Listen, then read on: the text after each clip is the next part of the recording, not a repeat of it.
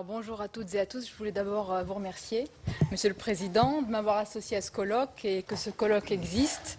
D'abord pour la journaliste que je suis, c'est l'intérêt est immense pour ce sujet, pour cette histoire. Et si vous le permettez en un mot, plus personnellement, pour la Tunisienne que je suis ou franco-tunisienne, forcément le regard est impliqué pour les frères algériens et puis pour le pays d'adoption qui est la France. Alors, je vais très vite laisser la parole à tous les intervenants. Simplement un mot sur le sujet précis dont on va débattre en ce début d'après-midi.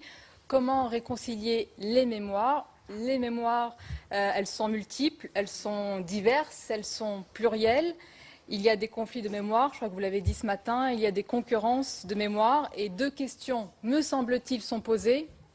D'abord, peut-on réconcilier les mémoires avec le temps, avec l'apaisement, sans oublier les blessures, les souffrances et les rancœurs, mais peut-on faire converger ces mémoires et puis comment? Pour enfin construire et puis inventer un avenir commun et apaisé. Alors chacun de vous ici, dans cette table ronde, vous avez un lien physique, un lien personnel ou intellectuel, ou les trois d'ailleurs, avec l'Algérie. Certains portent les marques et les souffrances dans leur cœur et dans leur chair. C'est pour cela, si vous permettez, j'ai un peu interverti l'ordre des intervenants. Monsieur le Président, vous n'allez pas m'en vouloir.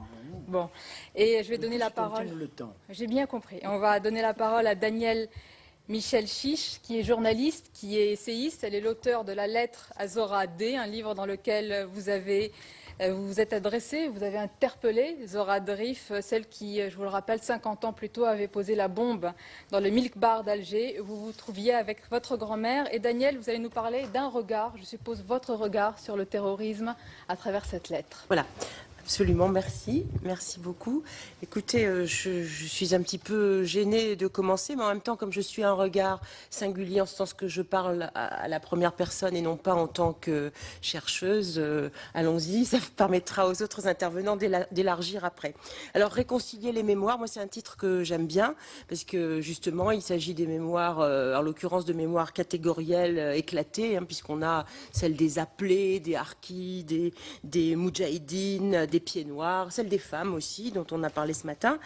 Et malheureusement, ces mémoires me semblent parallèles pour l'instant, c'est-à-dire qu'elles ne se rencontrent pas. Donc c'est bien de vouloir les réconcilier, parce que par définition, pour se réconcilier, il faut qu'il y ait un point d'accrochage, voilà.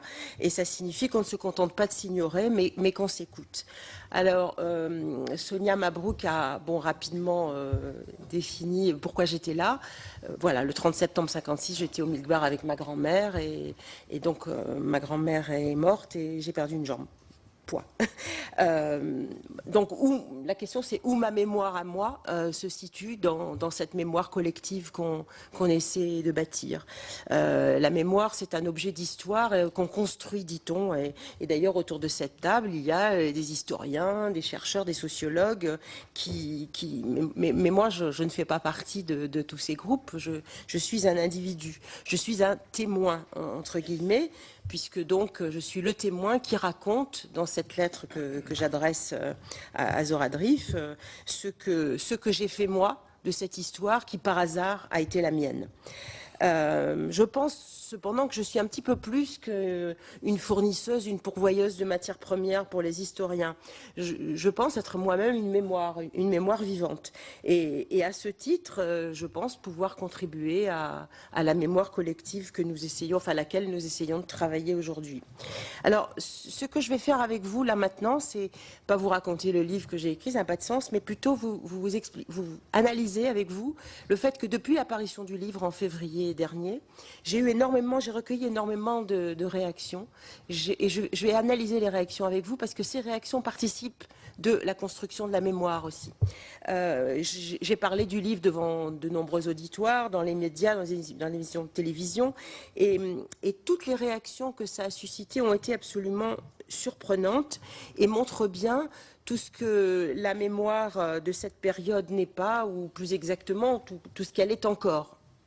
Moi, je croyais avec naïveté au départ, enfin quand je me suis lancée dans cette aventure, que la mémoire serait plus apaisée que cela, puisque la mienne l'était. Et je pensais que, de façon plus générale, elle l'était aussi, et qu'il y avait une possibilité de se parler de ce passé commun. Et en fait, je me suis heurtée partout à une immense douleur. Et et du coup, le dialogue a été parfois difficile. En racontant l'histoire qui est la mienne, et encore une fois sans haine, sans rancœur, sans désir ni comptable, ni de revanche, ni de quoi que ce soit de négatif, j'ai eu l'impression que je grattais des plaies qui étaient encore à vif et qu'elles n'étaient pas prête de cicatriser. Et finalement, j'ai provoqué alors de la gêne, de l'incompréhension, du rejet, parfois, de la violence, quelquefois. Alors, avant d'analyser toutes les réactions et pour éviter toute polémique, je voudrais bien rappeler ce que je dis dans le livre, hein, c'est-à-dire que ma position fondamentale, oui, la décolonisation était nécessaire, elle s'imposait, et si j'avais été plus âgée à l'époque, je l'aurais sans nul doute soutenue, puisque tous mes engagements politiques d'adulte en témoignent après. La deuxième chose, c'est que je ne me pose pas en victime. Bien que j'ai été blessée dans un attentat, je ne me pose pas en victime, je refuse ce terme qui enferme finalement à titre personnel. Moi, je considère que ce titre-là empêche ensuite, ce mot empêche d'avancer dans la vie, donc je le refuse. Et alors quel mot, Daniel, vous utilisez? Alors c'est très compliqué, je suis obligée d'utiliser des périphrases toujours, j'ai été blessée, etc. Mais bon, victime est très connoté. De même que je n'utilise pas bourreau, parce qu'avec victime, en face, il y a bourreau. Donc je n'utilise pas ce mot non plus. Quand j'écris à Zora Drief pour finalement dire et lui dire ce que j'ai fait de ce qu'elle m'a fait, ça n'est ni un lamento ni une accusation, c'est juste un récit de ce qu'on peut faire d'un moment de l'histoire où on se trouve un peu par hasard, et voilà ce qu'évoque mon livre. Enfin, c'est un moment de la guerre d'Algérie où je suis, et comment ne pas se laisser engloutir finalement par un événement, même quand il est violent, et par ce que d'autres vous imposent, sans le vouloir de façon personnelle, mais qu'il vous impose quand même.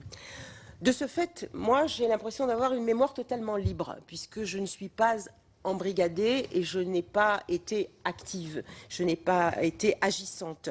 Et je pense avoir une mémoire beaucoup plus libre que ceux qui se sont figés un peu dans une histoire personnelle, qu'ils ont essayé de caser, enfin, qui a été écrasée par l'histoire avec un grand H, et qu'ils ont été ensuite obligés de caser dans une association ou dans un mouvement quelconque, et qui font ce que j'appelle de façon un petit peu négative leur fonds de commerce.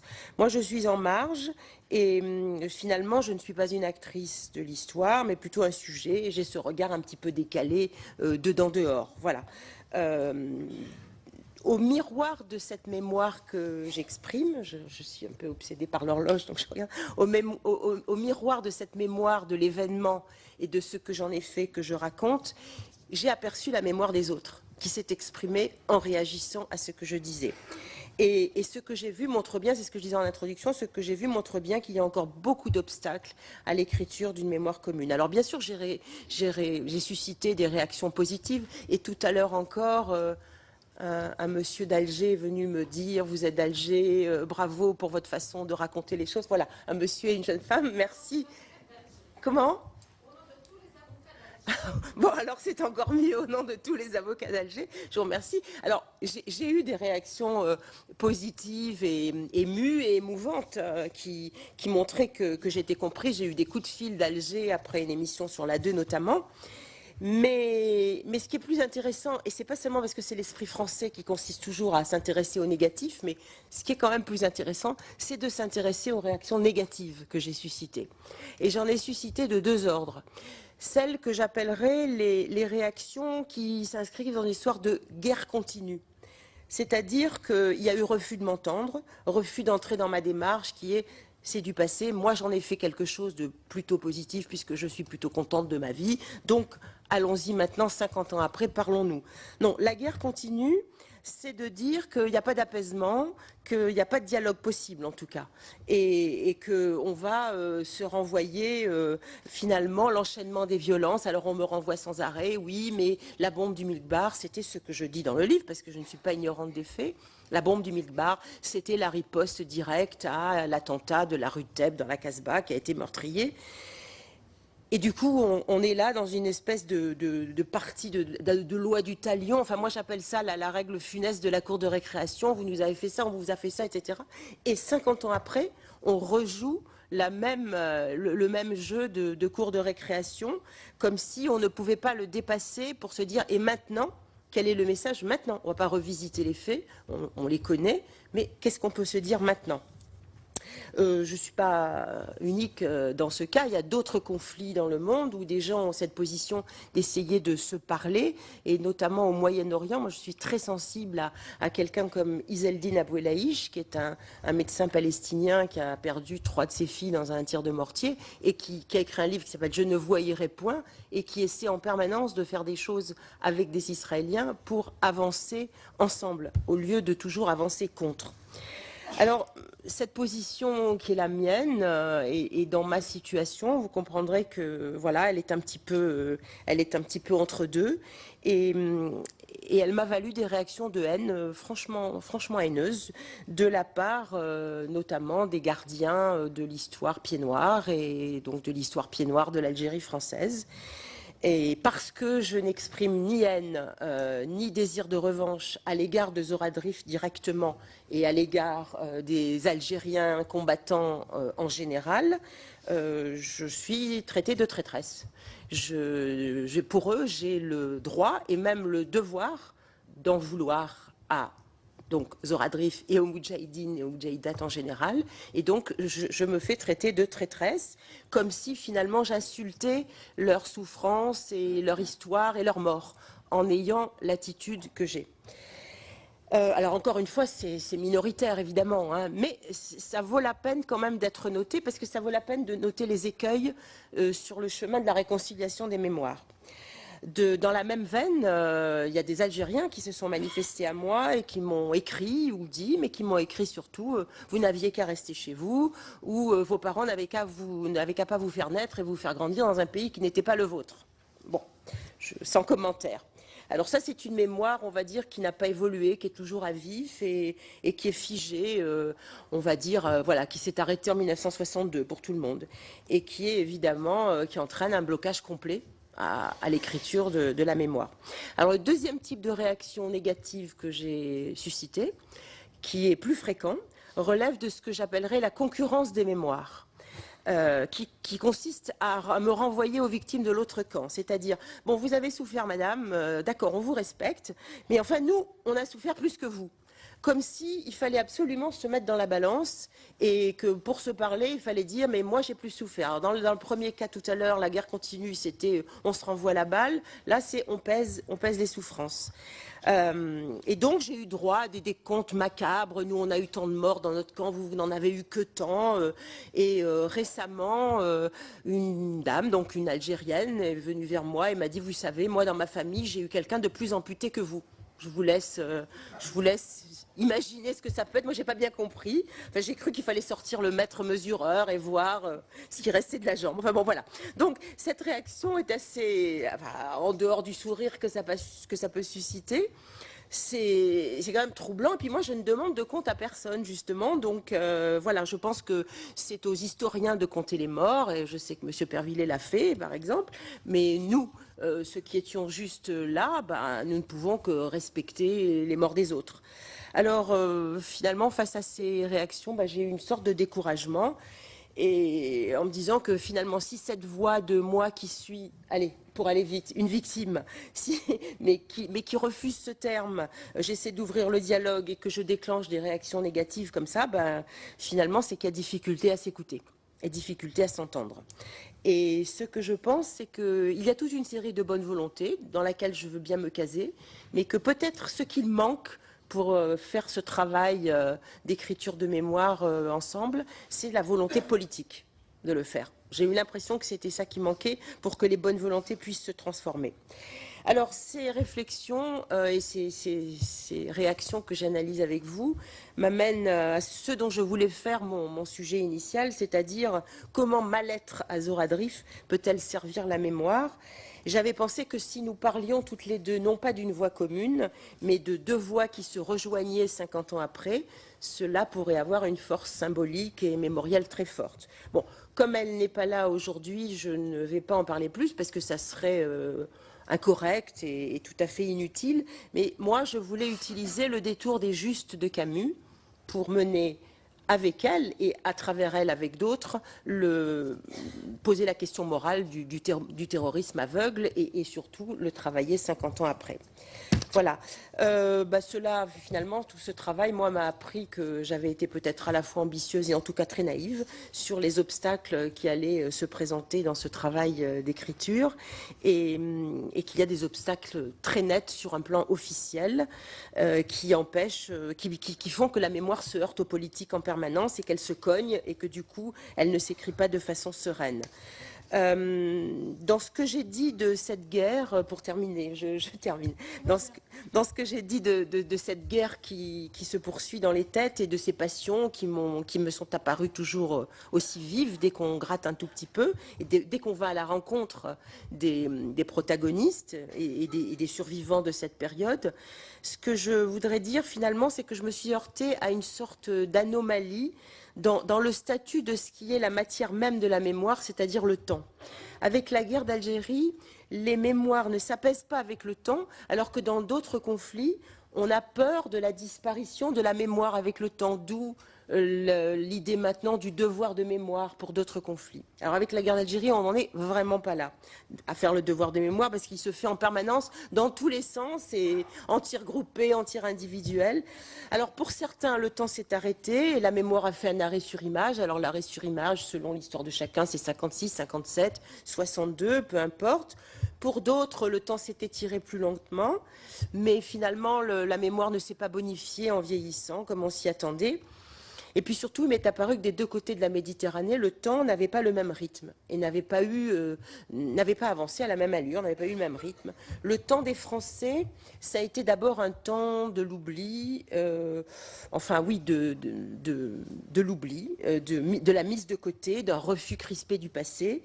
Et puis, les Français se sont mis à regarder ailleurs, et désormais, on est entré dans le temps du repentir.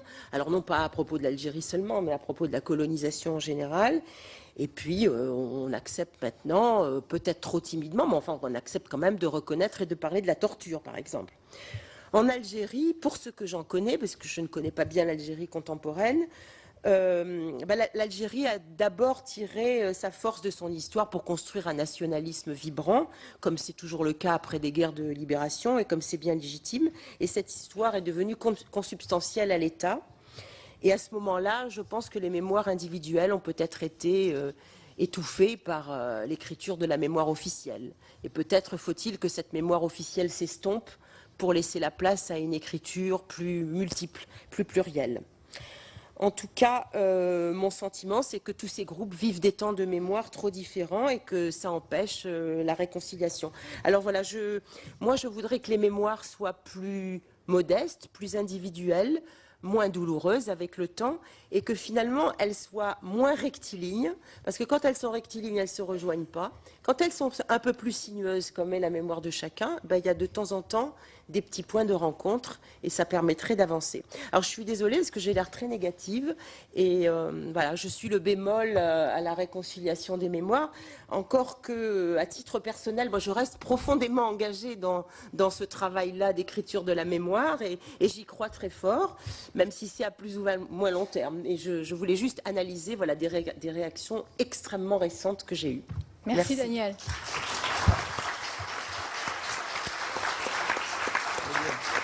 Honnêtement, je ne sais pas qui peut croire que ce que vous dites est négatif quand on voit que vous n'avez pas de haine, pas de colère, que vous ne portez aucune vengeance. Et cette démarche justement dont nous allons parler avec Laetitia Bucaille, bonjour, vous êtes sociologue, vous êtes maître de conférence, vous êtes l'auteur du livre « Le pardon et la rancœur, Algérie, France, Afrique du Sud, peut-on enterrer la guerre ?» On va évoquer avec vous les mémoires combattantes. À travers votre livre, vous avez cherché à comprendre les raisons qui peuvent amener justement à transcender une relation de violence, une relation de vengeance et de haine à travers les récits que vous ont tenus les vétérans des conflits sud-africains et franco-algériens. Je laisse la parole. Merci aussi les organisateurs de ce colloque de m'avoir invité. Je suis très heureuse d'être ici aujourd'hui et de partager ce temps avec vous sur ces questions. Alors, effectivement, j'ai travaillé sur les combattants de la guerre d'Algérie ou de la guerre d'indépendance algérienne. D'un côté, je me suis intéressée aux combattants du FLN et de l'autre côté, du côté français, je me suis intéressée aux gens qui se sont engagés dans l'OS.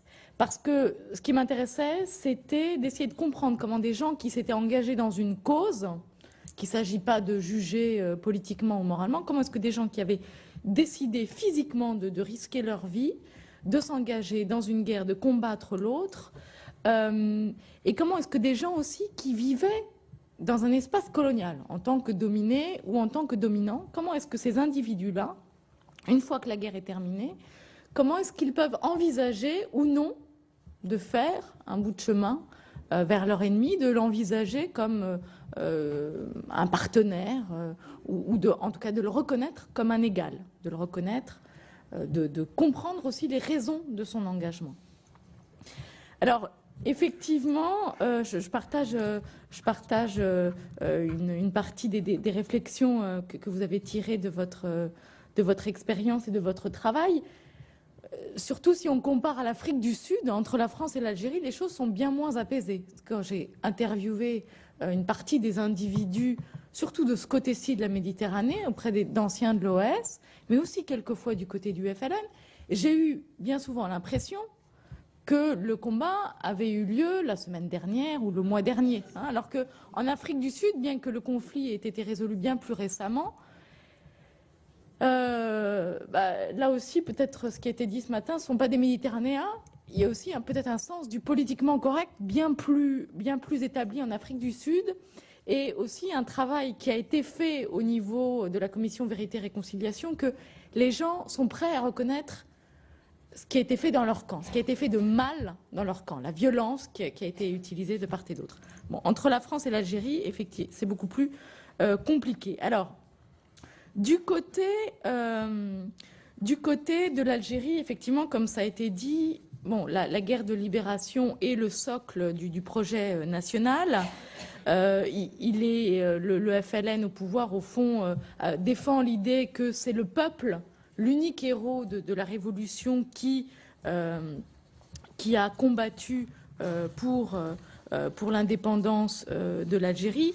Et donc, on a accordé énormément de poids aux combattants, aux shahids, aux shuhada, aux moudjahidines, qui finalement se retrouvent comme sont l'un des soutiens essentiels du pouvoir et se retrouvent détenteurs d'une rente à vie financée par la rente pétrolière et qui, au fond, leur donne un statut à la fois symbolique et matériel extrêmement privilégié dans l'Algérie indépendante. Il faut savoir que le montant des pensions de certains moudjahidines peut aller jusqu'à 7 fois le SMIC algérien. Donc ça vous donne une idée quand même des échelles, des échelles de valeur dans l'Algérie indépendante. Et du coup, d'une certaine façon, si les moudjahidines ont effectivement été l'une des bases essentielles du pouvoir algérien, en même temps, la relation s'est un petit peu infléchie en défaveur du pouvoir, parce que, au fond, une partie des anciens moudjahidines instrumentalise sa position pour tirer toujours plus d'avantages, de profits, de bénéfices, en proclamant donc son appartenance à la famille révolutionnaire. Du coup, si vous voulez, pour justement avoir accès aux bénéfices divers et variés, au fond, il est important de prouver qu'on a été un bon révolutionnaire et qu'on a été peut-être un meilleur révolutionnaire que celui d'à côté. Du coup, dans cette logique-là de fonctionnement social et politique, on a besoin encore de l'ennemi colonial. Au fond, que des propos en France soient tenus qui réhabilitent la colonisation ou qui parlent de colonisation positive. Alors bien sûr, on peut trouver ça scandaleux, mais en même temps, ça alimente aussi le système de fonctionnement algérien qui permet à certains de s'en saisir et d'alimenter donc cette surenchère entre entre les combattants ou entre les différents groupes de combattants.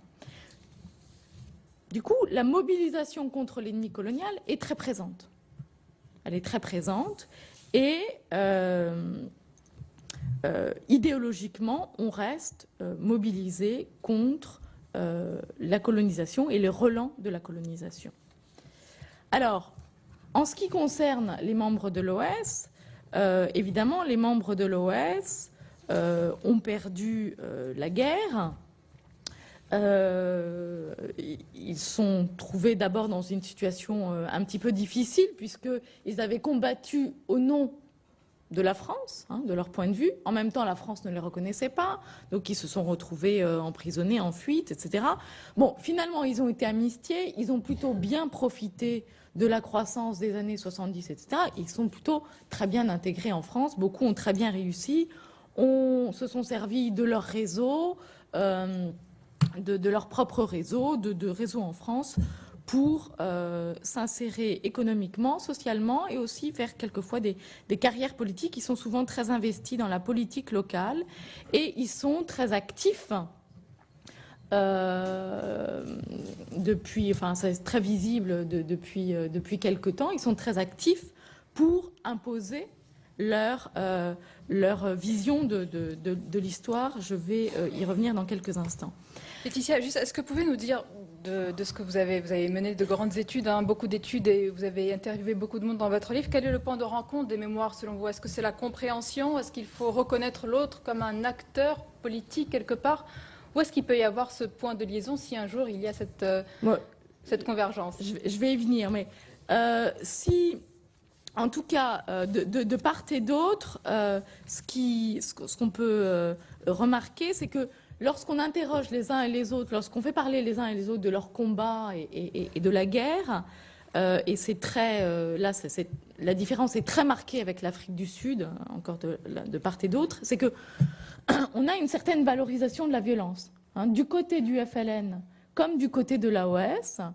On a au fond cette argumentation, effectivement, que vous avez soulignée, madame, de la proportionnalité. C'est-à-dire que les gens du FLN disent, enfin, écoutez, nous, on a été violents, on a mis des bombes, etc., on a fait... Mais de l'autre côté, l'armée française utilisait beaucoup plus de violence que nous. Donc, au fond, c'est pas grand-chose qu'on a fait.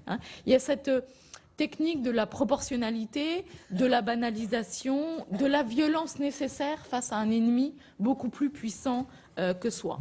Du côté de l'OS, on retrouve aussi ce type d'argumentaire en disant, enfin nous, d'accord, on a été violents, mais enfin au fond, ce n'était que quelques morts par rapport à ce qui a été fait de l'autre côté. Et là aussi, côté FLN et côté OS, à la différence de ce qui s'est passé en Afrique du Sud et du travail qui a été permis par la commission Vérité et Réconciliation, il n'y a pas d'examen critique sur les agissements de son propre camp. C'est-à-dire qu'effectivement, on ne fait qu'accuser l'autre, mais au fond, on est généralement, sauf quelques exceptions, on est généralement assez peu capable de dire, bah oui, nous, effectivement, on a commis des erreurs, on a commis des fautes politiques peut-être, on a commis même peut-être des fautes morales. Ça, on en est très loin de part et d'autre. Alors, j'ai encore combien de temps? Très peu. Alors, cela dit, bien que de part et d'autre, du côté de l'OS, on est évidemment, vous le savez tous, encore les gens de l'OS ou les réseaux, enfin les nostalgiques de l'Algérie française sont assez bien organisés, mobilisés. Au fond, c'est eux qui ont été notamment derrière la loi du 23 février 2005. Enfin, ils sont assez organisés pour peser, pour essayer d'infléchir la vision sur la guerre d'Algérie et sur la colonisation française. Bon. Et au fond, l'Assemblée nationale française a été assez réceptive à cette thèse de la colonisation, positive qui s'est développée dans les années 90, qui a pu se développer notamment parce que l'Algérie était dans une période difficile de guerre civile, donc ça a permis aussi à cette idée de s'installer. Voilà, donc on a des mémoires très mobilisées de part et d'autre. Cela dit, je voudrais souligner quand même quelque chose dont on ne parle pas tellement.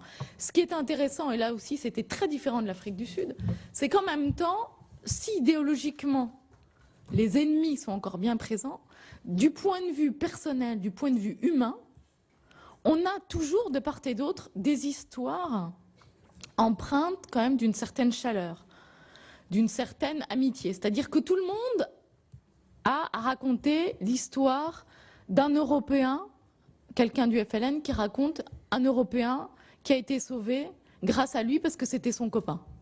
Et y compris si cet Européen-là était de l'OS. Et ça arrive aussi de l'autre côté. C'est-à-dire qu'il y a aussi des gens de l'OS qui m'ont expliqué que parce que c'était leur copain, ils sont aussi intervenus pour sauver la peau d'un de leurs amis algériens. Donc on a cette espèce de paradoxe entre une mobilisation idéologique très forte entre Français et Algériens, et en particulier entre FLN et OS, et en même temps, sur le plan interpersonnel, sur le plan intime, une certaine chaleur dans les rapports. Et il y a beaucoup de pieds noirs qui vont en Algérie, qui sont reçus très chaleureusement, etc. Il y a aussi des gens de l'OS qui vont en Algérie quelquefois. Ils sont très bien reçus également. C'est le paradoxe, c'est aussi le paradoxe. Voilà, j'en finirai là. Merci, Laetitia. Gilles Manseron, c'est à vous, vous êtes historien. Votre intervention nous amène directement au cœur de votre discours de cet après-midi. Établir vérité et justice sans passer par le prétoire. Oui, voilà. Oui, merci de me passer la parole. Effectivement, on est dans l'obligation d'établir dans la mesure du possible la vérité et la justice, mais on est dans l'impossibilité de recourir au prétoire à des procédures judiciaires, contrairement à l'Afrique du Sud qui a mis au point quelque chose de particulier qui était une forme de justice qui reposait sur l'aveu et la reconnaissance. Là, on est 50 ans plus tard. On a eu en France une série d'amnisties ou de mesures qui décrétaient l'oubli ou l'effacement d'un certain nombre de peines, la restitution d'un certain nombre de grades, etc. On est dans un processus qui nous interdit de recourir à la justice. D'abord, on est trop éloigné maintenant des événements. Et comment, quand même, à la justice, à l'institution judiciaire, comment établir malgré tout une forme de justice, mais une justice qui ne passerait pas par le prétoire, effectivement, par l'institution judiciaire. Or, sans justice, il ne peut pas y avoir de réconciliation des mémoires. Comment réconcilier les mémoires? Il faut quand même qu'on fasse appel à la notion de justice et que l'on fasse appel avant tout, me semble-t-il, à la notion d'histoire. Car ce n'est pas de manière directe que des mémoires peuvent se réconcilier si on ne fait pas un travail historique. Ce qui a été fait ce matin dans les échanges des deux tables rondes montre l'importance de l'histoire. Il faut qu'on regarde ce passé avec un certain recul. Moi, par exemple, je ne suis pas lié individuellement à ce passé. Je ne suis pas originaire d'Algérie, j'étais lycéen à l'époque des faits, et je me suis intéressé à cette question parce que ça m'a préoccupé que la République française puisse se trouver empêtrée dans ce bourbier de la fin de la guerre d'Algérie, l'OAS étant, dans la barbarie qu'elle a manifestée, une forme de vérité de la colonisation qui m'a interloqué et sur laquelle j'ai voulu travailler par la suite comme historien. Donc il faut la médiation de l'histoire. Je crois que c'est très important et c'est par l'histoire que l'on arrivera à diffuser des connaissances et à contrebalancer les mémoires construites. Parce que, sans faire référence à Maurice Halbwachs et à ce qu'on a appelé mémoire, les cadres sociaux de la mémoire, ça désigne beaucoup de choses, la mémoire, y compris des discours politiques construits par des groupes. Je pense en particulier à ceux qui s'expriment au nom des rapatriés, qui sont des groupes politiques et idéologiques, et qui, à travers la référence à une certaine mémoire, établissent une certaine lecture du passé dans un but politique. Et je crois qu'il faut bien qu'on distingue les rapatriés en tant qu'ensemble démographique, si je puis dire, et puis les groupes qui s'expriment en leur nom, qui me semblent reposer avant tout sur des ressorts idéologico-politiques. Bon.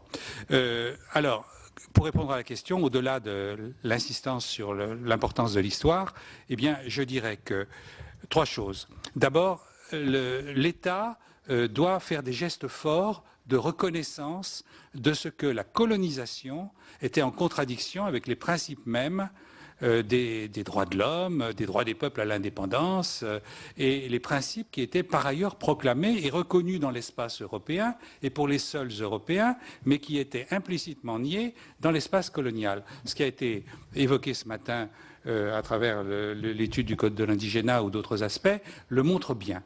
Donc il faut des gestes forts par rapport à un retour de nos institutions et de leurs plus hauts responsables sur cette page de notre passé. Juste une question, il n'y a pas eu de mots, des avancées, des étapes dernièrement pour les reconnaissances de ces crimes et de ces excès du colonialisme, parce que vous en parlez. Il y en a eu peu, il y a eu des petits gestes de fait. Je pense à ce que le président Chirac avait dit lors de sa visite à Madagascar, par exemple. Mais c'était bien loin, Madagascar. C'est quand même un épisode qui a beaucoup moins marqué l'opinion et l'histoire française que la question algérienne. Et puis, il y a eu un geste de l'ambassadeur de France à Guelma, mais qui était en même temps simultané à la loi à Guelma. Bon. Il a été à Guelma, il a été devant à l'université et au monument. Mais c'était simultané à la loi du 23 février 2005. Alors, comme si le président Chirac souhaitait faire une sorte de grand écart entre des positions contradictoires. Donc, il y a eu quelques petits gestes pour répondre à votre question, mais pas de gestes forts tels que dans un autre domaine et par rapport à une autre page du passé. On y a déjà fait référence ce matin. Le discours du président Chirac en juillet 1995 sur les responsabilités des autorités françaises de l'époque a clos avec force un problème qui restait pendant dans l'histoire française. Donc il n'y a pas eu de vraie déclaration avec force. Et c'est ça qu'on peut attendre. Au-delà de la question de la loi de 2005 à laquelle Olivier Lecourt-Grandmaison faisait allusion ce matin, abrogation, alors je pense qu'en retirant l'alinéa 2 de l'article 4, le président Chirac, là pour le coup, avait quand même enlever la question essentielle. Reste l'article 3 sur la fondation et l'article 13 sur justement le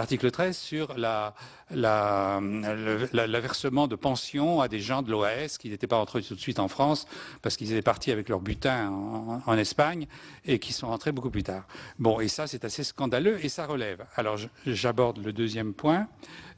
Ça relève des choses à faire dans le domaine historique. Il reste des points sombres à fouiller sur cette histoire coloniale. Il y a des épisodes qui commencent à être mieux connus. Je pense au 8 mai 45, je pense au 17 octobre 61, par exemple, à Paris. Mais il y en a d'autres qui sont encore très mal historicisés et sur lesquels règne encore beaucoup de mythes. Je pense au 20 août 55. Il y a eu des travaux qui ont commencé là-dessus, qui sont utiles. Mais il faut fouiller certains points et, comme l'évoquait Sylvie Thénault ce matin, voir les conséquences de cette situation coloniale sur la société. J'ai une question très naïve. Est-ce que les historiens algériens, ils ont accès à toutes ces archives librement aujourd'hui? Alors, le problème a été évoqué ce matin en fin de matinée par des collègues algériens, enfin surtout par Abdelmajid Merdassi, mais Amar Mandamer connaît bien et dans sa thèse sur l'été 62 évoque ses difficultés à accéder à certaines sources algériennes alors qu'il a soutenu sa thèse dans une université française, Paris 7, et qu'il a eu accès à certaines sources françaises plus facilement qu'à certaines sources algériennes. Il faut que les historiens français poussent dans ce sens. Comment ? Il faut que les historiens français poussent dans ce sens. Oui, enfin bon, c'est un problème qui regarde nos collègues algériens avant tout et les historiens de tout pays. Je crois que l'histoire n'a pas de patrie. Et donc, il est important, les collègues américains nous l'ont rappelé ce matin, que des regards extérieurs soient posés sur une histoire. Mais c'est avant tout quand même aux collègues algériens, et certains le font, de poser le problème de l'accès aux archives dans leur propre pays. Alors donc, des points sombres sont à élucider, et parmi ceux-ci, il y a la question de l'OAS. Et l'OAS me semble, dans la société française, l'objet d'une méconnaissance, bien qu'on connaît les attentats sur le sol métropolitain, ceux qui ont provoqué la manifestation de Charonne en février 62. Mais, par exemple, sait-on le nombre de victimes européennes d'Algérie assassinées par l'OAS? Or, il y a eu, par exemple, à l'été 61, l'OAS s'est constitué début 61, et s'est surtout développé après le putsch d'avril, qu'il y a eu une interdiction d'aller en vacances en France et que les appartements d'Européens d'Algérie étaient plastiqués, des gens ont été menacés. Sait-on que l'impôt collecté par l'OAS était assorti de menaces de sanctions, d'attentats, voire de ponctuels, comme ils disaient, avec leurs commandos, d'assassinats pour des Européens qui ne payaient pas. Et les commerçants étaient taxés, etc., etc. Bon, rackettés, absolument, enfin, imposés, rackettés, comme on voudra.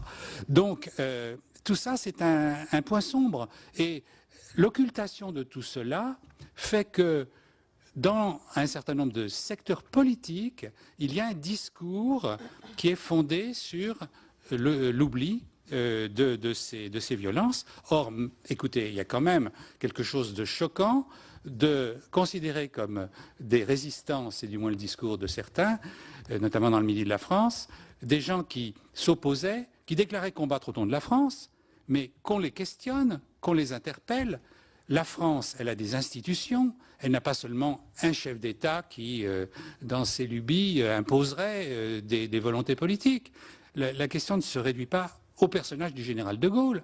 Il y a eu en janvier 61 un référendum en France et en Algérie. 75% approuvaient l'orientation vers la recherche d'une solution négociée, et c'est dans ces conditions que les accords d'Évian, enfin plutôt les négociations d'Évian ont été ouvertes en mai 61. Bon, donc je crois qu'il faut mettre fin à ces mensonges qui sont proférés et qui cultivent un certain discours communautariste et mémoriel dans certains milieux à base idéologico-politique de la droite extrême. Voilà. Et je crois qu'on ne peut pas se contenter de recueillir comme ça une mémoire sans l'interpeller. Autour du 26 mars, par exemple, c'est-à-dire la fusillade de la rue d'Isly, ce qui est montré dans le film qu'on a vu tout à l'heure me semble assez correct, hein, dans le film de Ben Salama. Dans le film de Marie Colonna et de Malek Ben Smaïl, par exemple, je trouve que le 26 mars, la rue d'Isly est très mal traitée, et très mal, parce que il y a eu des tirs contre des militaires français. Bon, et ça, les archives du service historique de la Défense permettent de l'établir. Et donc, voilà, ça fait partie des questions. Et je voulais terminer. Vous voulez me poser une question? Non? Je termine. Je termine en disant que, toujours pour répondre à la question, comment réconcilier les mémoires, comment avancer finalement sur ces dossiers? Eh bien, par la multiplication des échanges avec les collègues algériens. Alors, ces échanges, ils existent, hein.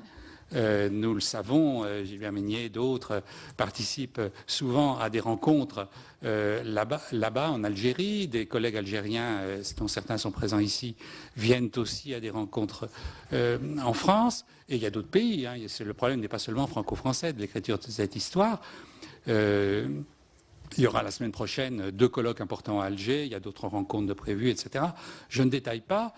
Ils existent, ces échanges. Mais il faut que les États, sans construire d'histoire officielle, sans se mêler d'histoire, parce que ce n'est pas au Parlement d'écrire l'histoire, hein, ni à l'exécutif de le faire, mais aident, encouragent des échanges entre historiens des 2 pays et d'autres pays, comme nos collègues américains ou d'autres nationalités.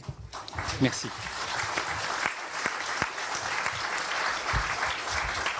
Je vais tout de suite passer la parole à Fatima Besnassil en coup. Juste un mot, Gilles, parce qu'il y a en ce moment quand même une exposition. Je suis allée la voir ce matin au musée de l'Armée. Je ne sais pas si vous en avez parlé ce matin. Oui, je voulais avoir votre avis. Donc Algérie 1830-1962, avec toutes les phases de la conquête, de la répression féroce, de la guerre d'indépendance, vue des 2 côtés. Quel a été votre regard? Je suppose que vous l'avez vu. Oui, bien sûr, je l'ai vu le jour de son inauguration et j'ai été très surpris par son contenu, agréablement surpris. Courageuse comme Absolument, très courageuse.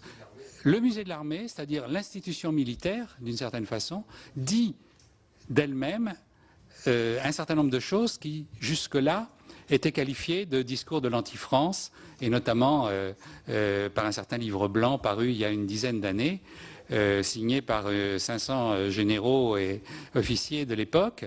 Et donc, il y a vraiment un changement de cap assez radical.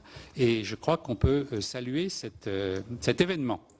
Voilà, c'est dit. Alors, Fatima Besnassi Lankou, votre intervention, elle repose sur les harkis, au-delà des idées reçues. Les harkis, évidemment, c'est votre cause, c'est votre histoire. Alors, c'est mon histoire, mais je vais y mettre aussi un petit peu, disons, de recherche universitaire, hein, parce que j'y travaille de manière, disons, un peu plus... j'y travaille en tout cas en ce moment avec des archives, avec des sources, donc des sources à Genève, hein, aux sources du Comité international de la Croix-Rouge et des archives du premier ambassadeur à Alger, un ambassadeur français, donc Jean-Marcel Jeanneney. Voilà. Alors donc bon, ça sera je vous signalerai hein, quand c'est de l'université, pardon, et quand c'est peut-être un peu de militantisme, puisque je vais parler d'une histoire qui me touche personnellement. Donc, vous voyez, c'est un mélange de ce que vous aviez dit, Madame, et de ce qu'a dit donc Gilles Monceron. Alors, donc, le thème que j'avais choisi, c'était les idées reçues. Alors, pourquoi idées reçues? D'abord parce que j'y ai travaillé avec Abdelrahman Moumen. Et on avait inventorié, si vous voulez, un certain nombre d'idées reçues. Et ce qu'il faut dire, c'est que c'est vrai que des idées reçues, il y en a sur tous les groupes qui composent, si vous voulez, ce qui nous rassemble aujourd'hui, l'Algérie, la guerre d'Algérie, la colonisation. Mais chez les harkis, j'ai l'impression qu'il y en a beaucoup. Il y en a beaucoup, donc je vais en voir un certain nombre avec vous. Je ne pourrai pas toutes les dérouler parce que je n'aurai pas le temps.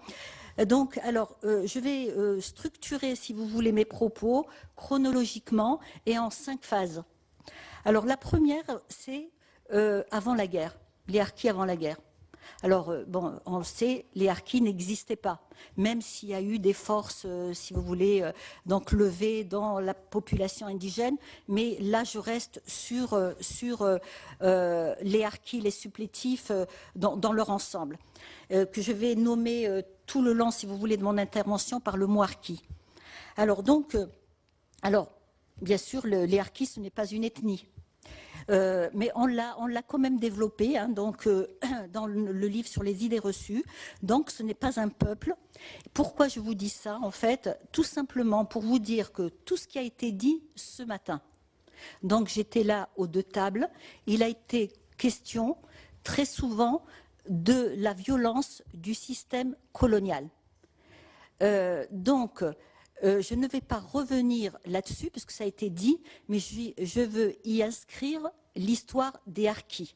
Les harkis font partie de la paysannerie algérienne, et pendant toute la période coloniale, ils ont subi tout ce que nous avions décrit ce matin, et ils ont subi aussi la guerre d'Algérie au même titre que les autres Algériens. C'est une tragédie qu'il faut inscrire dans l'histoire de la colonisation et de la décolonisation de l'Algérie. Et je vais même rajouter quelque chose. Les harkis arrivés en France ont eu du rab, du colonialisme. La phase numéro 2, c'est donc la période de 1954 et à 1962, donc la période de la guerre. Alors, les idées reçues, si vous voulez, là je vais en dérouler 2, c'est, si vous voulez, le choix idéologique de ce groupe. Le choix idéologique, si vous voulez, maintenant, il y a aussi un travail fait par les historiens. J'espère que les historiens algériens qui sont là vont aussi continuer à y travailler pour le développer. C'est de dire, effectivement, que le choix idéologique n'existe pratiquement pas. Alors, pourquoi? Je vais vous donner deux raisons. La première raison, si vous voulez, de ces engagements ou enrôlements sont liés directement à la violence subie par les paysans. Donc, il y a une double violence. Les militaires voulaient absolument maintenir la présence française en Algérie. Ils ont mis en place toute une stratégie pour faire adhérer la population donc algérienne. Et face à ça, ils avaient donc les combattants du FLN qui, eux, voulaient en découdre avec le colonialisme, qui ont mis aussi en place des stratégies. Et les paysans se sont retrouvés, si vous voulez, pris entre deux feux. Et donc, en fonction des violences, ces paysans basculaient d'un côté ou de l'autre. Voilà, je ne veux pas hiérarchiser cette violence, je la laisse être hiérarchisée par les historiens. Ensuite, il y a aussi une autre raison, je vais m'arrêter à deux raisons parce que je n'ai pas le temps de développer tout. Une deuxième raison qui a fait que ces paysans ont été enrôlés ou engagés, c'était à cause des déplacés qu'on a vus tout à l'heure dans le film de Ben Salama. On a vu que près de 2 millions de paysans étaient déplacés pendant la guerre. Ils ne sont pas partis avec leur bétail, avait dit Michel Rocard. Ils ne sont pas partis avec leur jardin, ils ne sont pas partis avec leurs poules. Donc, dans ces camps, si vous voulez, il y a eu la famine, il y a eu des morts, il a parlé de près de 200 000. Donc là, c'est vrai que l'armée française, là, elle les a déplacés pour les couper des combattants du FLN, mais il y a eu, si vous voulez, une retombée pour le camp français, c'est qu'à partir de ces lieux, ça a été extrêmement facile de recruter ces jeunes bergers parce qu'il y avait la famine. Donc il y a eu cette deuxième raison et que ce soit l'Algérie ou la France doit en tenir compte. Et là, si vous voulez, j'ai rencontré beaucoup d'anciens harkis parce que c'est une population dont je fais partie, mais avec qui j'ai beaucoup travaillé. Et plusieurs m'ont dit, vous savez, il y avait une telle détresse économique que parfois, il fallait pratiquement être pistonné. Voilà. Donc ça, je crois que c'est une information importante. Enfin, il y en a d'autres, mais je ne peux pas m'étaler un peu plus. Alors, donc, j'arrive à la phase numéro 3. Donc, c'est une des phases chronologiques, c'est l'été 1962. Alors, je vais vous parler de quelques idées reçues, puisque c'est mon sujet. Donc, alors, souvent, si vous voulez, l'idée qu'on en fait quand on ne connaît pas bien cette population, c'est soit ils ont été tués, soit ils sont partis en France. Mais en fait, non, c'est bien plus complexe que ça. Il y a eu effectivement ceux qui ont été tués pendant l'été 62. Là, je ne vais pas donner de chiffres parce que il y a beaucoup de chiffres qui circulent. Tous sont fantaisistes et je ne veux pas contribuer à ça. Alors ensuite, si vous voulez, ceux qui sont partis en France, c'est vrai qu'il y en a eu beaucoup qui sont partis en France avec leur famille. C'est aux alentours de 90 000. Donc, mais il y en a beaucoup aussi qui sont restés en Algérie. Et ça, il faut le savoir. Alors, ils sont restés pour un tas de raisons. Alors, je vais vous en citer une, parce qu'on me l'a souvent raconté. Ce sont des personnes, des anciens harkis qui ont été protégés par leur clan ou leur tribu. Voilà, donc c'est quelque chose, notamment, c'est un ancien harki des Aurès qui me l'a raconté. Donc, pendant la guerre, ils ont perdu des hommes de toutes parts, du côté français et du côté des combattants FLN. Donc, les chefs de tribu ont dit, voilà, on a perdu assez d'hommes, maintenant, tous les hommes se tiennent tranquilles. Et là, effectivement, ils ont pu vivre tranquillement chez eux. Alors, bon, je ne peux pas dire que tous vivent tranquilles, ceux qui sont en Algérie, parce que parfois, bon, ils sont quand même, voilà, ou discriminés, ou montrés du doigt, ou insultés. Ça ne s'est pas fait facilement, mais il y en a qui sont restés en Algérie. D'ailleurs, je suis sur la phase de ceux qui sont restés en Algérie, ce qu'il faut savoir, c'est que dès l'indépendance, le président Ben Bella a voulu les frapper d'indignité nationale. Et ça ne s'est pas fait. Ça ne s'est pas fait, mais 37 ans après, je ne sais pas qui a eu l'idée de maintenir cette idée. En 1999, la loi du 12 avril 1999, je peux même vous citer l'article 68, donc cette loi des Moudjahidines a été votée et ceux qui n'avaient pas... La loi n'utilise pas le mot supplétif ou harki, mais dans la loi, il est dit ceux qui étaient contre la révolution, contre l'indépendance de l'Algérie, sont frappés d'indignation. Voilà, donc, voilà, d'indignité. Excusez-moi, vous avez vu, je suis complètement... Voilà, j'ai encore un peu j'ai de l'émotion, donc je suis désolée. Voilà. Alors, c'était l'été 62. Je voudrais quand même y revenir. Ce matin, j'ai écouté donc les interventions des uns et des autres. J'ai écouté donc Monsieur Amar Mohamed Amer, qui est là. Et effectivement, si vous voulez, là, je remets la casquette de chercheuse. Donc, ce que j'ai effectivement dans les archives, je n'ai pas trouvé un document disant voilà, il faut arrêter les harkis ou il faut les tuer. Voilà, ça, je ne peux pas le dire. Mais j'ai retrouvé effectivement les traces effectivement des chefs de wilaya qui ont fait arrêter, qui ont fermé les yeux, qui ont encouragé les assassinats. D'ailleurs, Ben Bella a appelé ça le wilayisme. Voilà, donc Ben Bella a donné le nom. Alors, moi, ma question, c'est, est-ce qu'on peut dire que l'État algérien, qui était donc chancelant, je le reconnais, mais en 1963, est-ce qu'on peut dire qu'il n'était pas complètement responsable? Parce que, si vous voulez, ces hommes, par exemple, qui ont été arrêtés, je parle de ceux qui ont été mis en prison ou dans les camps, mais je vais développer un petit peu ça tout à l'heure. Donc, ces hommes qui ont été mis dans les prisons, ils ont été arrêtés avec un décret préfectoral. Donc, des policiers arrivaient, ils avaient un document donc signé par un préfet. Alors, quand c'est signé par un préfet dépend de qui? Un préfet dépend d'un ministre. Un ministre dépend de qui?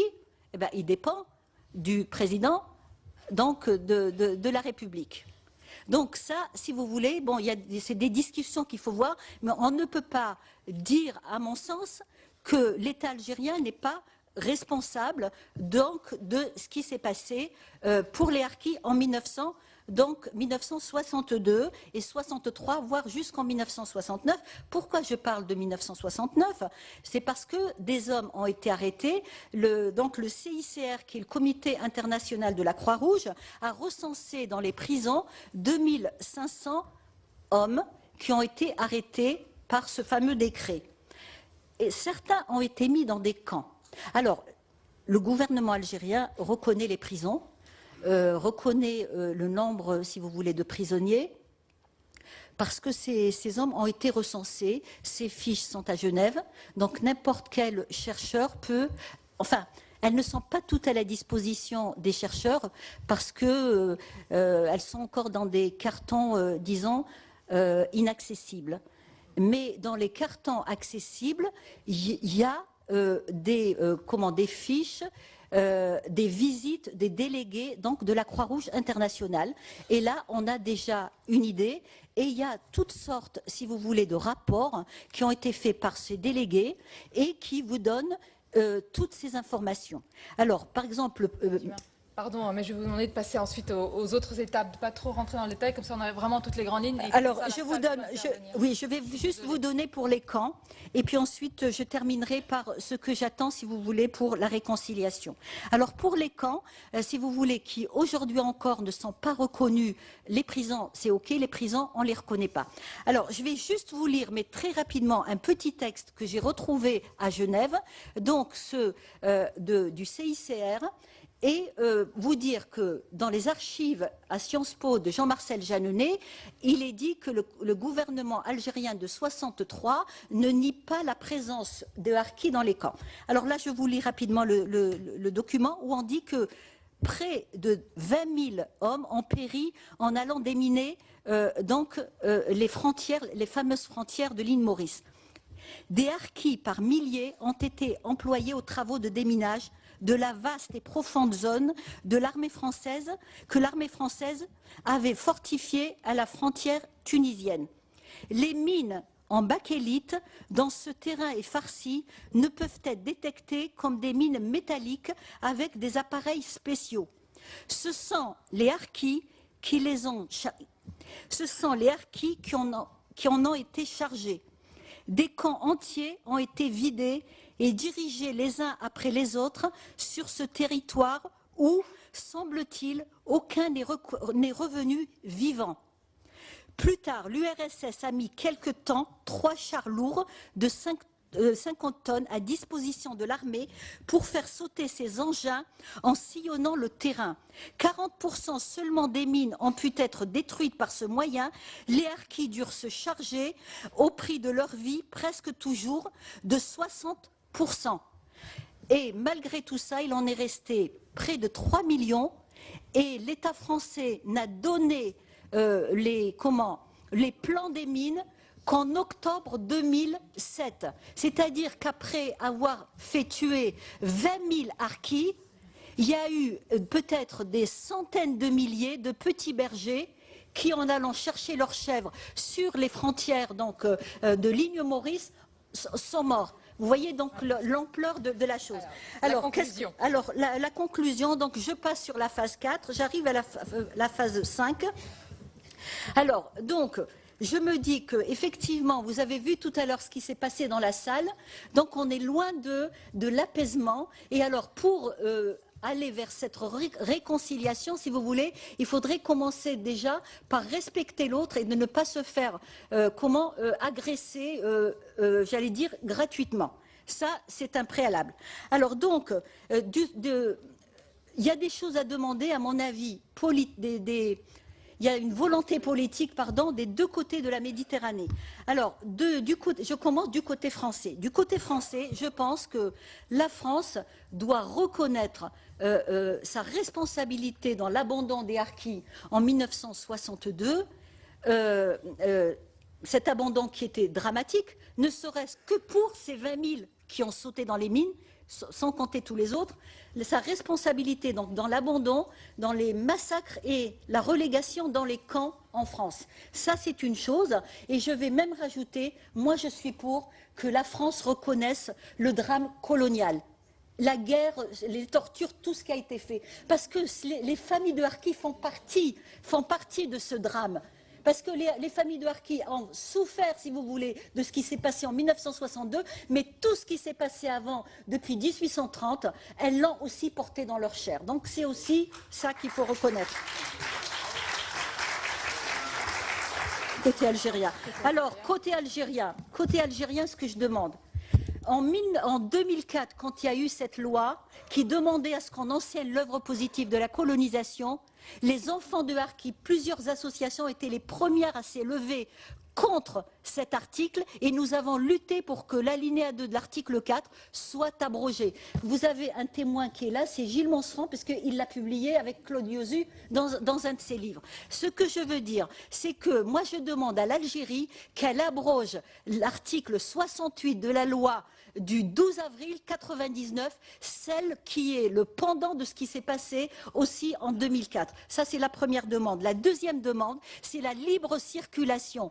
Quand on donne un visa à un ancien harki et qu'arrivé en Algérie, on le renvoie, pour moi, c'est de la barbarie. Merci, Fatou. C'est de la barbarie. Et il y a aussi une autre chose que je voudrais, c'est qu'on ne renvoie plus les cercueils d'anciens harkis qui arrivent en Algérie et qu'on renvoie. Oui, monsieur, on renvoie encore des cercueils et le 29 avril, c'était pas il y a 1 an, il y a 10 ans ou il y a 20 ans, on a renvoyé un vieillard de 91 ans, on l'a laissé passer toute une nuit dans un aéroport en Algérie et on lui a dit, monsieur, vous êtes un ancien harki, vous êtes assis sur une chaise, vous ne posez pas vos pieds sur le sol algérien. Et le lendemain, ils l'ont remis dans un avion, au lieu d'arriver à Nice, ils l'ont mis dans un avion qui est arrivé à Lyon.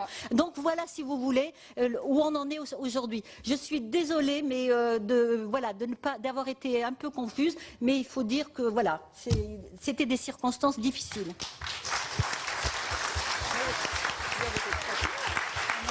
avez été très clair. Vous reverrez l'intervention. Très clair. Joëlle Hureau, vous êtes historienne, vous êtes auteur du livre La mémoire des pieds noirs de 1830 à nos jours, et votre intervention, elle porte sur les mémoires entre guerre et paix.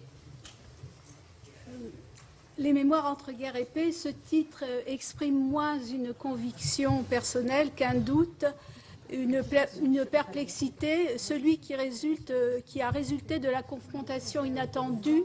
Je vous l'avance ? Oui, s'il vous plaît. Votre feuille ? Voilà. Je dois recommencer peut-être. Donc, ce titre m'a plus été inspiré donc par ma perplexité quand je me suis trouvée confrontée de manière inattendue à cette table ronde, comment réconcilier les mémoires. Et donc, j'ai essayé, en réfléchissant à comment réconcilier les mémoires, de me remémorer l'observation machinale de différentes réactions à l'actualité au cours des décennies passées. Car je ne suis pas chercheuse en ce moment, en tout cas j'ai fait une thèse il y a longtemps, mais c'est du passé. Et je vais essayer, bien que je me remémore différentes réactions à l'actualité, de ne pas faire trop intervenir ma mémoire, parce que ça compliquerait les choses. Donc, je vais surtout essayer de faire un état de ces mémoires et pourquoi je trouve qu'elles sont entre guerre et paix. Donc, un premier point, aujourd'hui nous traitons d'un cinquantenaire, on l'a dit plusieurs fois depuis ce matin, et nous avons pu voir que plusieurs mémoires se trouvaient face à ce cinquantenaire. Ce cinquantenaire est avant tout celui de la fin de la guerre de 1954-1962 pour les deux pays concernés par ce colloque, l'Algérie et la France. Mais il est aussi pour l'Algérie celui de l'indépendance, de l'achèvement de la libération nationale, des premiers pas de la République algérienne, même si on a montré ce matin que ce n'était pas toujours allé de soi. Et on peut aussi voir d'autres raisons, d'autres cinquantenaires, celui du début d'une autre existence pour des millions d'Algériens, ainsi que pour près d'1 million de pieds-noirs, et pour l'ensemble des Français, le début d'un parcours sans l'Algérie, alors que ça faisait longtemps que ce parcours se faisait, sinon avec l'Algérie, du moins parallèlement, avec chez certains Français une impression de soulagement et chez d'autres une impression d'amputation. On peut y voir aussi le cinquantenaire de l'achèvement de la Ve République française, puis si on pense au référendum de 1962. Et peut-être aussi même d'ailleurs celui du réveil des deux France qui n'étaient qu'à moitié endormis depuis le début de la 4e République. Donc c'est une énumération qu'on pourrait peut-être prolonger, je vais m'arrêter là. Les mémoires qui sont conviées à ce cinquantenaire, avec leur lot de mémoires sous-jacentes, sont plus nombreuses encore que les motifs de commémoration que je viens d'évoquer. Surtout si on dénombre celles qui se sentent occultées ou sous-estimées, tant en Algérie qu'en France, enfin j'ose dire tant en Algérie, bien que sans ignorer l'existence des thèmes mémoriels algériens, je les connais que très superficiellement, mais certains sont apparus ce matin au détour des interventions. Donc je vais me limiter aux mémoires possibles en France. Donc j'emploierai le terme suranné de mémoire métropolitaine et mémoire pieds-noirs, mémoire des Européens restés en Algérie, après l'indépendance, pas tous pour les mêmes raisons, donc ça doit faire un certain nombre de mémoires sous-jacentes. Mémoire des appelés, une mémoire qui n'est pas univoque non plus. Mémoire des harkis qu'on vient d'évoquer, donc je ne m'étendrai pas non plus là-dessus, enfin en tenant compte de la banalisation de ce terme. Mémoire des militaires de carrière. Mémoire des partisans de l'Algérie française et aussi, pourquoi pas, puisque Laetitia en a parlé tout à l'heure, Laetitia Bucaille, excusez-moi Laetitia, en a parlé tout à l'heure, mémoire de l'OAS. Que peut-on encore trouver comme mémoire? La mémoire des partisans de l'indépendance algérienne en France et les mémoires du refus, porteurs de valises, déserteurs, objecteurs de conscience. La mémoire de tous les blessés de cette guerre, des torturés, de leurs familles, des familles restées sans information sur ceux de leurs membres victimes d'enlèvement. Et ça, je pense que c'est valable aussi. Je ne crois pas trop m'avancer en disant que c'est valable pour l'Algérie, pour le côté algérien des mémoires.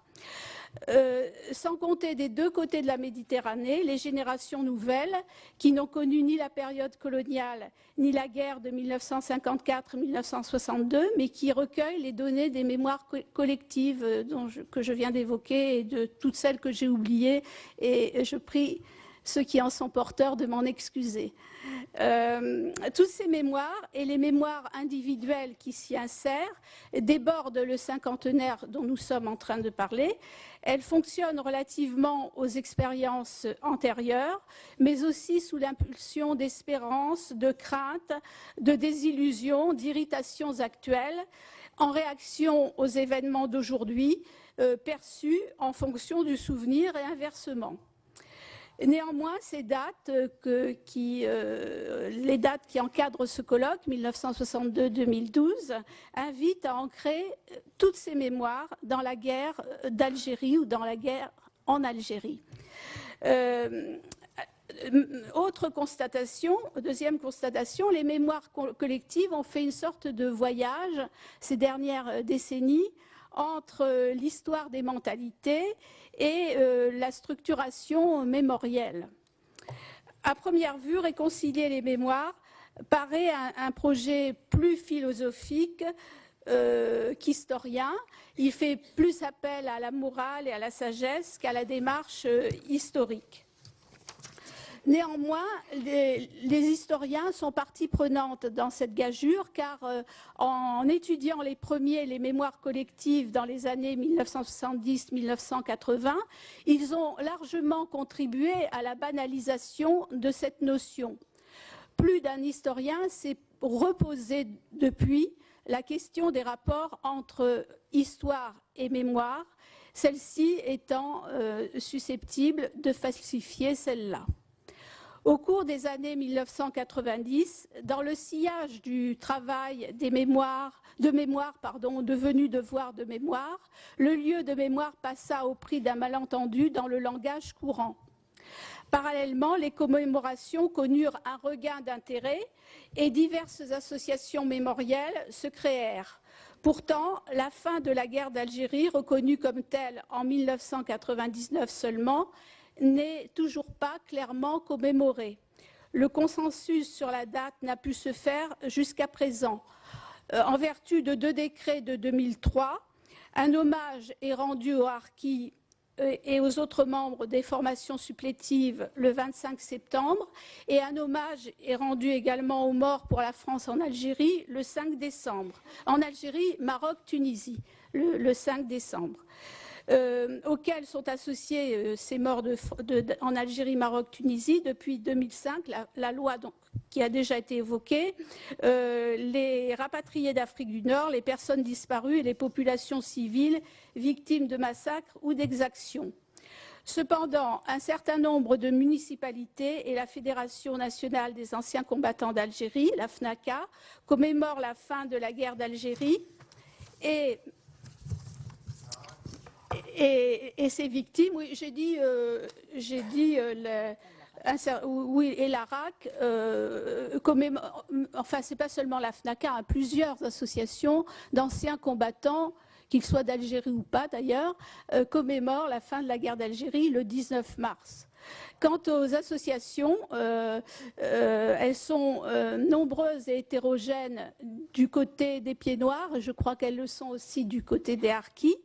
Mais du côté des appelés, elles ne sont pas toujours spécifiques, c'est-à-dire que les appelés sont souvent intégrés dans d'autres associations d'anciens combattants préexistantes. Et ces associations d'appelés ne sont pas non plus monolithiques et elles sont souvent antérieures au mouvement mémoriel auquel je faisais allusion. La commémoration du cinquantenaire se fait d'ailleurs en ordre dispersé actuellement car les intentions qui l'animent divergent autant que les mémoires. Déjà effectuée pour les partisans du 19 mars, elle concerne le cessez-le-feu consécutif aux accords d'Évian. Entamée dans le domaine des livres, numéros spéciaux, colloques et forums, documentaires de télévision, émissions de radio, elle vise tantôt à une rétrospective, tantôt à un aspect bien spécifique du sujet. Différentes associations de rapatriés les prévoient pour le 5 juillet.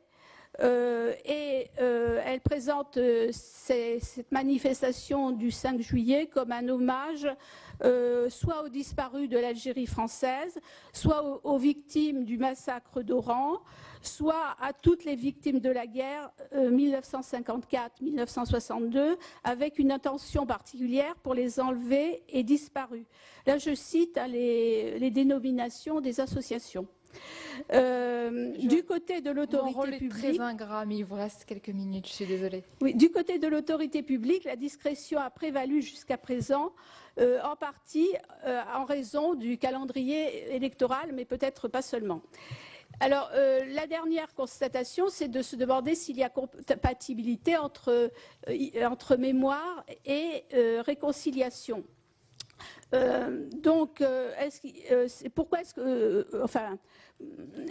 Pourquoi se pose-t-on la question de la réconciliation? C'est que depuis le début la fin du XXe siècle, plutôt, on a commencé à utiliser, à propos des mémoires de la guerre d'Algérie, le terme de mémoire antagoniste. Très récemment, on a parlé aussi beaucoup entre 2007 et 2010 de guerre des mémoires. Beaucoup de livres ont titré sur ce thème. Depuis peu, les termes de paix et d'apaisement sont venus timidement faire pendant à cette idée de guerre des mémoires. Et parallèlement, divers événements accréditaient l'idée de guerre mémorielle. Donc je vais passer sur les exemples d'événements puisque je n'ai pas beaucoup de temps. Vous les avez certainement en mémoire. Je citerai peut-être les deux derniers en 2010 autour du film Hors la loi et récemment autour d'un colloque sur la Fédération de France du FLN 1954-1962. Alors, comment expliquer cette guerre déclarée, mais jamais déclarée, mais souvent constatée? Peut-être à l'activité des associations mémorielles et à leurs pratiques, qui sont celles de tous les groupes mémoriels. Et puis aussi peut-être au fait que des historiens, dans un premier temps, les historiens qui pouvaient traiter de la guerre d'Algérie l'avaient vécu aussi, donc c'était peut-être difficile d'en traiter sereinement. Et donc, on préférait peut-être une certaine abstention. Mais l'avènement de nouveaux historiens n'a pas vraiment réglé la question parce que, en même temps que l'avènement de ces jeunes historiens, les mémoires entraient dans le débat public récemment, enfin à partir des années 2000, du début des années 2000, et donc les mécanismes de la mémoire collective, avec cette irruption des témoignages dans le débat public, a réactivé le mécanisme des mémoires collectives, et il est difficile d'échapper à ces mécanismes. D'ailleurs, est-ce qu'il faut se défausser sur les historiens de la réconciliation des mémoires, alors que les porteurs de mémoire eux-mêmes ne sont pas parvenus à réaliser cette réconciliation jusqu'à présent, et d'ailleurs l'ont-ils vraiment recherché? Alors il y a eu une petite recherche timide d'apaisement, mais enfin, je pense en particulier à un très court colloque qui a eu lieu en mai 2011 qui s'intitulait « Vers la paix des mémoires ». Il n'a pas entraîné de réaction très favorable. Et donc, je peux sans doute que pour ceux qui veulent tenter cette réconciliation, parmi les porteurs de mémoire, il y a une difficulté, c'est qu'ils cherchent à savoir qui va commencer. C'est toujours la question du jeu de récréation, mais à l'envers. Qui est-ce qui va commencer, qui est-ce qui va faire le premier pas? Et Donc il faut être plusieurs pour vouloir la réconciliation. Et quand je dis plusieurs, je ne pense à personne en particulier. Je pense vraiment à plusieurs et à tout le monde. Ces porteurs de mémoire ne feront pas la paix sous des regards narquois et indifférents. C'est-à-dire qu'il leur faut aussi la solidarité de ceux qui ne portent pas ces mémoires ou qui peut-être pensent ne pas les porter, parce que finalement, toutes les mémoires sont le patrimoine de tout le monde. Merci beaucoup.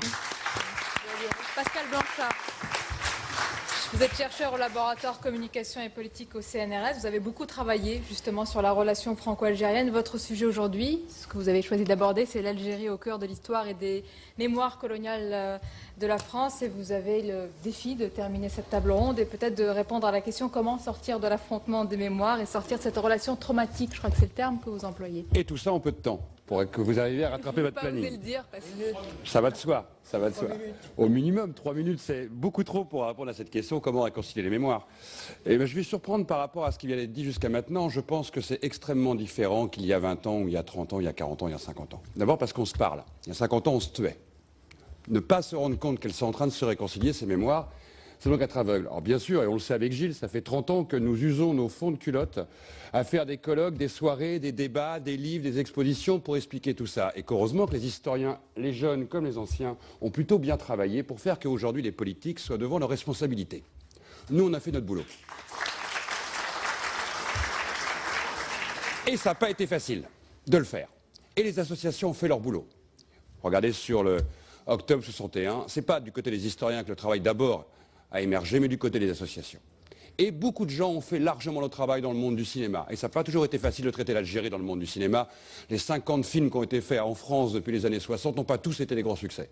Même Rachid Boucharab n'a pas réussi à faire un grand film avec beaucoup de gens dans les salles, avec Hors-la-Loi.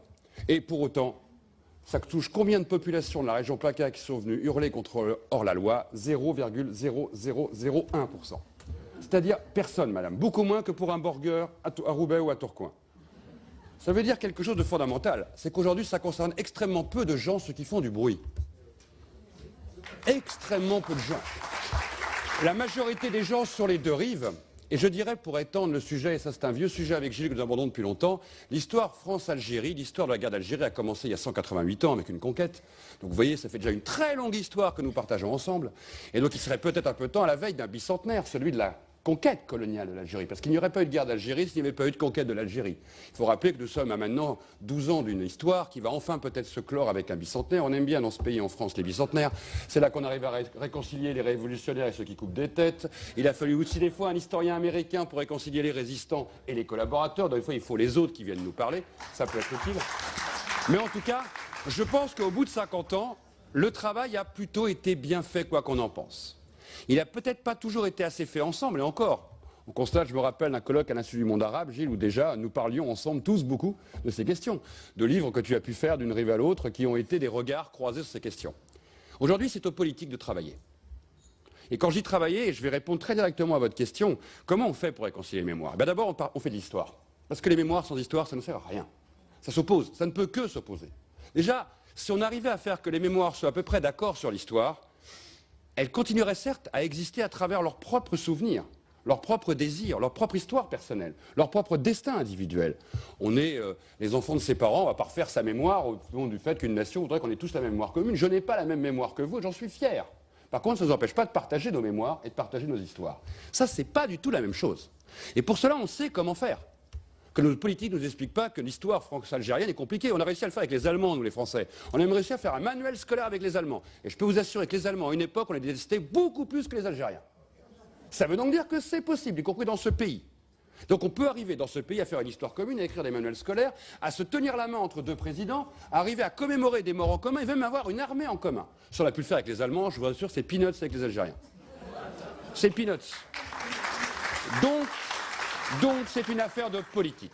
Et ça passe à travers des choses très concrètes, quand le travail est là, que les mémoires sont là, que les archives s'ouvrent, que les échanges commencent à se faire, que les colloques se succèdent.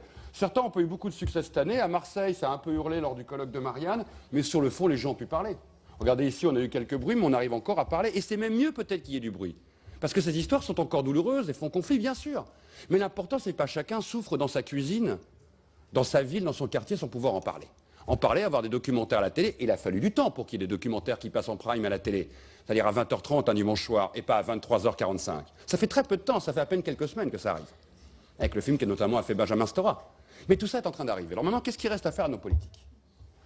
Notamment dans notre pays, ici en France. Je n'irai pas me permettre de parler de la politique algérienne, sans quoi nos collègues algériens et les citoyens algériens ont le même boulot à faire chez eux, avec leur politique. Et ce n'est pas forcément plus facile que chez nous. Nous, on a un avantage, c'est qu'aujourd'hui, il y a une majorité, un peu partout, Sénat, Parlement, région, État.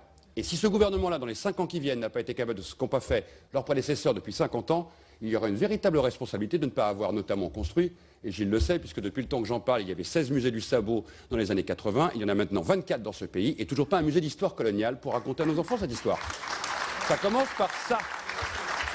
Et un musée dans un pays, je suis désolé, ce n'est pas les historiens qui les fabriquent, ce n'est pas les associations qui les construisent, ce n'est pas les journalistes qui arrivent à les faire, c'est les hommes politiques, c'est les femmes politiques. Ça s'appelle une décision politique. C'est quand même incroyable que ce pays a 4 siècles et demi de relations au monde colonial et n'a aucun musée de la colonisation, aucun musée de l'esclavage, aucun musée où on peut emmener nos enfants pour raconter ces histoires. Et donc, partager nos mémoires. Premier point, il est là. Deuxième point, il est de faire ce qui s'est fait trop timidement pendant ces années dans ce pays, de pouvoir recruter des chercheurs de plus en plus, sans qu'à chaque fois ce soit étonnant de voir qu'un chercheur puisse être recruté sur ces questions.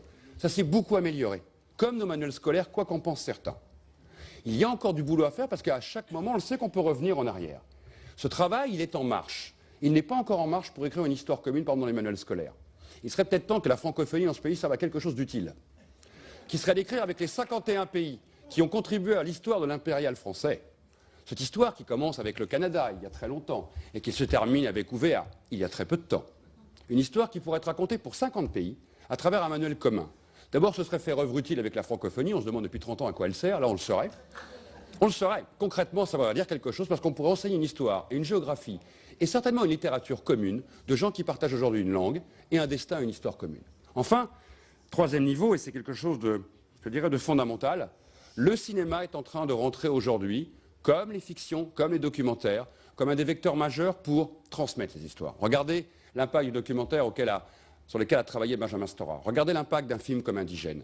Regardez, très récemment, l'impact d'un film comme, par exemple, Vénus Noire, de Keshish sur les os humains, sujet sur lequel j'ai beaucoup travaillé. Regardez comment le cinéma peut arriver à faire que des gens qui n'ont pas forcément envie de partager ces histoires et ces morts, parce que ce n'est pas les leurs, peuvent d'un seul coup, par la fiction, rentrer dans ces destins et rentrer dans ce qui est un des pans majeurs de l'histoire de France et qui nous fabrique aujourd'hui encore dans nos histoires complémentaires. Donc je pense que oui, là, il y a un travail à faire majeur, à ne pas arrêter ce qui a été, par exemple, le travail de la commission Images et Diversité au CNC à l'accès, dont le budget vient de diminuer par 2, ça fait que vous verrez 2 fois moins de films sur ces questions dans les prochaines années. Il faut donc se battre pour que ce gouvernement-là considère que c'est une vraie priorité. Une priorité pour que des gamins dans nos quartiers, ou des gamins de l'autre côté de la Méditerranée, ou des gamins qui se cherchent en termes d'identité, se demandent si cette histoire est bien la leur, et quand ils cherchent dans les manuels scolaires, ils voient des gens qui leur ressemblent et qui leur parlent d'une histoire qui est bien sûr la leur. C'est très compliqué.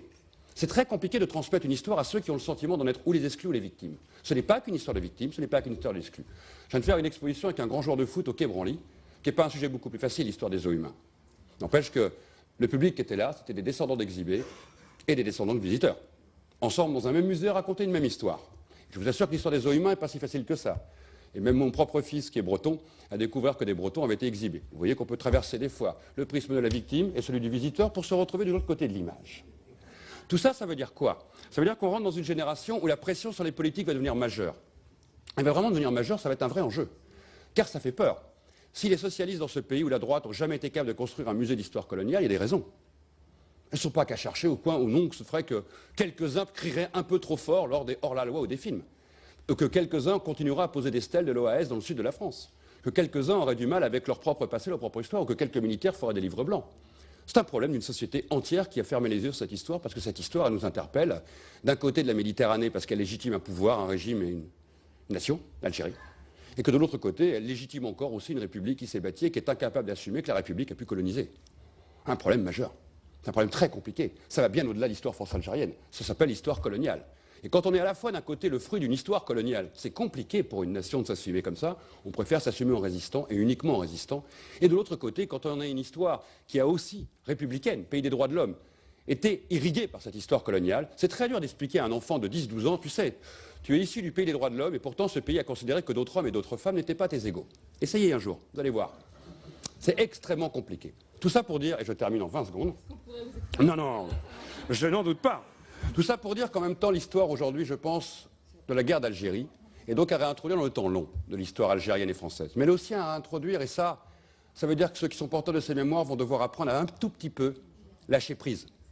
C'est aussi l'histoire impériale et coloniale dans sa globalité. Vous ne pouvez pas comprendre l'histoire de la guerre d'Algérie si vous ne la réintégrez pas dans l'histoire de la France et de l'Algérie. Vous ne pouvez pas comprendre l'histoire de la guerre d'Algérie si vous ne l'intégrez pas dans l'histoire impériale française dans sa globalité. Si vous ne prenez pas Fanon, qui peut comprendre la guerre d'Algérie?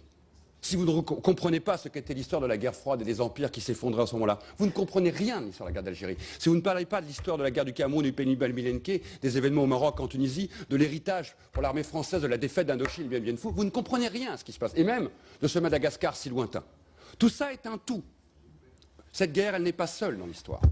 Et c'est parce qu'on va la réintégrer ensemble, dans une histoire plus complexe, plus longue, plus massive, peut-être aussi moins nationaliste, peut-être aussi moins individualiste, que les mémoires pourront continuer à respirer parce qu'elles parleront de la même histoire et donc elles arriveront certainement mieux à dialoguer. Voilà ce que le modeste historien, qui n'est ni né en Algérie, ni concerné avec tout ça, peut vous dire aujourd'hui.